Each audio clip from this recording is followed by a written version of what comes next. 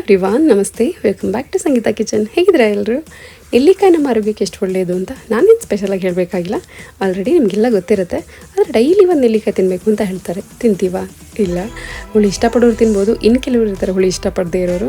ಆ ಲಿಸ್ಟಲ್ಲಿ ನಾನು ಕೂಡ ಒಬ್ಬಳು. ನಮ್ಮಂಥವ್ರು ಈ ಥರ ಸಾಂಬಾರುಗಳೆಲ್ಲ ಮಾಡ್ಕೊಂಡು ಊಟ ಮಾಡ್ಬೋದು. ಹಾಗಿದ್ರೆ ಬನ್ನಿ, ವೇಟ್ ಮಾಡ್ದೇನೆ ಈಸಿ ಟೇಸ್ಟಿಯಾಗಿರುವಂಥ ನೆಲ್ಲಿಕಾಯಿ ಸಾಂಬಾರನ್ನ ಹೇಗೆ ಮಾಡೋದು ಅಂತ ನೋಡೋಣ. Let's get started. ನಾನಿಲ್ಲಿ ಒಂದು ಪಾತ್ರೆಗೆ 4 ರಿಂದ 5 ಸ್ಪೂನಷ್ಟು ಎಣ್ಣೆ ಹಾಕ್ಕೊಂಡಿದ್ದೀನಿ. ಎಣ್ಣೆ ಚೆನ್ನಾಗಿ ಕಾಯಬೇಕು. ಕಾದ ನಂತರ 1/4 ಸ್ಪೂನಷ್ಟು ಸಾಸಿವೆ ಹಾಕ್ಕೊಂಡಿದ್ದೀನಿ. ಸಾಸಿವೆ ಚೆನ್ನಾಗಿ ಚಟಪಟ ಅಂತ ಸಿಡಬೇಕು. ಅದಾದ ನಂತರ ಒಂದು ಸ್ವಲ್ಪ ಜೀರಿಗೆ ಹಾಕ್ಕೊಂಡಿದ್ದೀನಿ. ಹಾಗೆ ಇಂಗು ಒಂದು ಸ್ವಲ್ಪ ಹಾಕ್ಕೊಂಡಿದ್ದೀನಿ. ಇಂಗು ಆಪ್ಷನಲ್ ಬೇಕಿದ್ರೆ ಹಾಕ್ಕೊಳ್ಳಿ, ಇಲ್ಲದಿದ್ದರೆ ನಡೆಯುತ್ತೆ.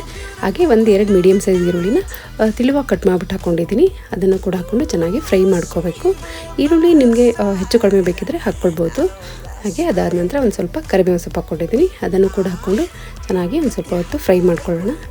ಹಾಗೆ ಅದಾದ ನಂತರ ನಾನಿಲ್ಲಿ 1-2 ಮೀಡಿಯಮ್ ಸೈಜಷ್ಟು ಟೊಮೆಟೊ ತೊಗೊಂಡಿದ್ದೀನಿ. ಅದನ್ನು ಕೂಡ ಹಾಕ್ಕೊಂಡು ಚೆನ್ನಾಗಿ ಫ್ರೈ ಮಾಡ್ಕೋಬೇಕು. ಹಾಗೆ ಇದನ್ನೆಲ್ಲ ಮಿಕ್ಸ್ ಮಾಡ್ಕೊಂಡ ನಂತರ ನಾನು ಇದಕ್ಕೆ ಒಂದು ಸ್ವಲ್ಪ ಉಪ್ಪು ಹಾಕ್ಕೊಂಡಿದ್ದೀನಿ. ರುಚಿಗೆ ತಕ್ಕಷ್ಟು ನಿಮ್ಗೆ ಎಷ್ಟು ಬೇಕು ನೋಡ್ಕೊಂಡು ನೀವು ಹಾಕ್ಕೊಳ್ಬೋದು. ನಾನಿಲ್ಲಿ ಸ್ವಲ್ಪ ಹಾಕ್ಕೊಂಡಿದ್ದೀನಿ. 1/4 ಸ್ಪೂನಷ್ಟು ಅರಿಶಿನ ಪುಡಿ, ಹಾಗೆ ಖಾರ ನಿಮ್ಗೆ ಎಷ್ಟು ಬೇಕು ನಾನಿಲ್ಲಿ 1/4 ಸ್ಪೂನಷ್ಟು ಹಾಕ್ಕೊಂಡಿದ್ದೀನಿ. ಹಾಗೆ 1 ಸ್ಪೂನಷ್ಟು ಸಾಂಬಾರು ಪೌಡ್ರ್ ಹಾಕ್ಕೊಂಡಿದ್ದೀನಿ.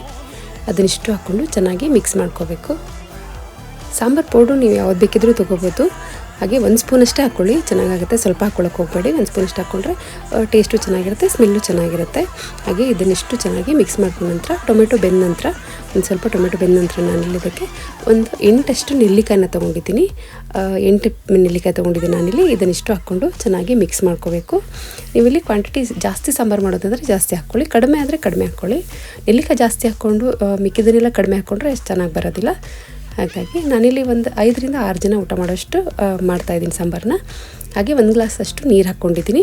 ಅದನ್ನಿಷ್ಟು ಹಾಕ್ಕೊಂಡು ಚೆನ್ನಾಗಿ ಮಿಕ್ಸ್ ಮಾಡ್ಕೊಂಡ ನಂತರ ನಾವಿಲ್ಲಿ ನೆಲ್ಲಿಕಾಯಿನ ಬೇಯೋಕೆ ಬಿಟ್ಬಿಡಬೇಕು. ಅದಕ್ಕೆ ನಾನಿಲ್ಲಿ 1 ಗ್ಲಾಸ್ ಅಷ್ಟು ನೀರು ಹಾಕ್ಕೊಂಡು ಕ್ಯಾಪ್ ಮುಚ್ಚಿಬಿಟ್ಟು ನೆಲ್ಲಿಕಾಯಿ ಬೇಯೋವರೆಗೂ ಬಿಟ್ಬಿಟ್ಟಿದ್ದೀನಿ.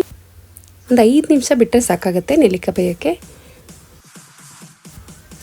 ಹಾಗೆ ಇವಾಗ ನೋಡ್ಬೋದು ನೀವಿಲ್ಲಿ ನೆಲ್ಲಿಕಾಯಿ ಎಲ್ಲ ನೀಟಾಗಿ ಬೆಂದಿತ್ತು.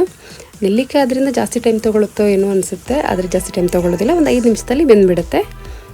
ಇವಾಗ ನೋಡಿದ್ರೆ ಗೊತ್ತಾಗುತ್ತೆ ನಿಮಗೆ ನೆಲ್ಲಿಕಾಯಿ ಕಂಪ್ಲೀಟಾಗಿ ಬೆಂದಿದೆ. ನಾನಿಲ್ಲಿ ಒಂದು ಸಾರಿ ತೋರಿಸ್ತೀನಿ ನಿಮಗೆ. ನೋಡ್ಬೋದು, ಇಷ್ಟು ಬೆಂದರೆ ಸಾಕಾಗುತ್ತೆ. ಇದಕ್ಕಿಂತ ಜಾಸ್ತಿ ಬೇಯಿಸ್ಕೊಂಡ್ರೆ ಏನಾಗುತ್ತೆ ಅಷ್ಟೊಂದು ಚೆನ್ನಾಗಿ ಬರೋದಿಲ್ಲ, ಹಾಗೆ ತಿನ್ನೋದಕ್ಕೂ ಇಷ್ಟು ಚೆನ್ನಾಗಿ ಅನಿಸೋದಿಲ್ಲ. ಇವಾಗ ಇದಕ್ಕೆ ನಾನಿಲ್ಲಿ 1 ಬಟ್ಲದಷ್ಟು ತೊಗರಿಬೇಳೆನ ಬೇಯಿಸಿ ಇಟ್ಕೊಂಡಿದ್ದು. ನಾನು ಸ್ವಲ್ಪ ಉಪ್ಪು ಹಾಗೆ ಅರಿಶಿನ ಹಾಕ್ಬಿಟ್ಟು ಬೇಯಿಸ್ಕೊಂಡು ಇಟ್ಕೊಂಡಿದ್ದೆ, ಅದನ್ನು ಹಾಕ್ಕೊಂಡಿದ್ದೀನಿ. ನೀವಿಲ್ಲಿ ತೊಗರಿಬೇಳೆನ ಹೆಚ್ಚು ಕಡಿಮೆ ಮಾಡ್ಕೋಬಹುದು. ಹಾಗೆ ಇದಕ್ಕೆ ನೀರು ಕೂಡ ಹಾಕ್ಕೊಂಡಿದ್ದೀನಿ. ಕ್ವಾಂಟಿಟಿ ನಿಮಗೆ ಎಷ್ಟು ಬೇಕೋ ನೋಡ್ಕೊಂಡು ನೀವಿಲ್ಲಿ ಹಾಕ್ಕೊಳ್ಬೋದು. ಕೆಲವರಿಗೆ ತಿಳಿ ಸಾಂಬಾರು ಅಂದರೆ ಎಷ್ಟಾಗುತ್ತೆ ಅಂಥವ್ರು ನೀರು ಜಾಸ್ತಿ ಹಾಕ್ಕೊಳ್ಳಿ. ಆವಾಗ ಚೆನ್ನಾಗಿ ಮಿಕ್ಸ್ ಮಾಡ್ಕೋಬೇಕು. ಇದಕ್ಕೆ ನಾನಿಲ್ಲಿ ಒಂದು ಸ್ವಲ್ಪ ಬೆಲ್ಲ ಹಾಕ್ಕೊಂಡಿದ್ದೀನಿ. ಬೆಲ್ಲ ಹಾಕ್ಕೊಳ್ಳೋದ್ರಿಂದ ಟೇಸ್ಟ್ ತುಂಬ ಚೆನ್ನಾಗಿ ಬರುತ್ತೆ. ಮಿಸ್ ಮಾಡ್ದೇ ಬೆಲ್ಲ ಹಾಕ್ಕೊಳ್ಳಿ. ಹೀಗೆ ಬೆಲ್ಲ ಹಾಕ್ಕೊಂಡು ಅಷ್ಟೇ ಚೆನ್ನಾಗಿ ಮಿಕ್ಸ್ ಮಾಡಿಕೊಂಡು ಇದಕ್ಕೆ ಉಪ್ಪು ಹೆಚ್ಚು ಕಡಿಮೆ ಅನಿಸಿದ್ರೆ ನೀವಿಲ್ಲಿ ಮತ್ತೆ ಉಪ್ಪನ್ನ ಹಾಕ್ಕೋಬೋದು. ಖಾರ ಹಾಗೆ ಉಪ್ಪನ್ನ ಮೊದಲೇ ಕಡಿಮೆ ಹಾಕಿದ್ರೆ ಒಳ್ಳೆಯದು, ಯಾಕಂದರೆ ಬೇಕಂದರೆ ನಾವಿಲ್ಲಿ ಆ್ಯಡ್ ಮಾಡ್ಕೋಬಹುದು. ಜಾಸ್ತಿ ಆದರೆ ಕಷ್ಟ ಆಗುತ್ತೆ. ಇವಾಗ ಮುಚ್ಚಳ ಮುಚ್ಚಿಬಿಟ್ಟು ನಾನಿಲ್ಲಿ ಚೆನ್ನಾಗಿ ಕುದಿ ಬರೋವರೆಗೂ ಬಿಟ್ಟಿದ್ದೀನಿ. ಅಂದರೆ ಒಂದು 2 ರಿಂದ 3 ನಿಮಿಷ ಬಿಟ್ಟರೆ ಸಾಕಾಗುತ್ತೆ. ಇದಕ್ಕೆ ನಾನಿಲ್ಲಿ ಕಟ್ ಮಾಡಿ ಇಟ್ಕೊಂಡಿರೋ ಕೊತ್ತಂಬರಿ ಸೊಪ್ಪು ಹಾಕ್ಕೊಂಡಿದ್ದೀನಿ.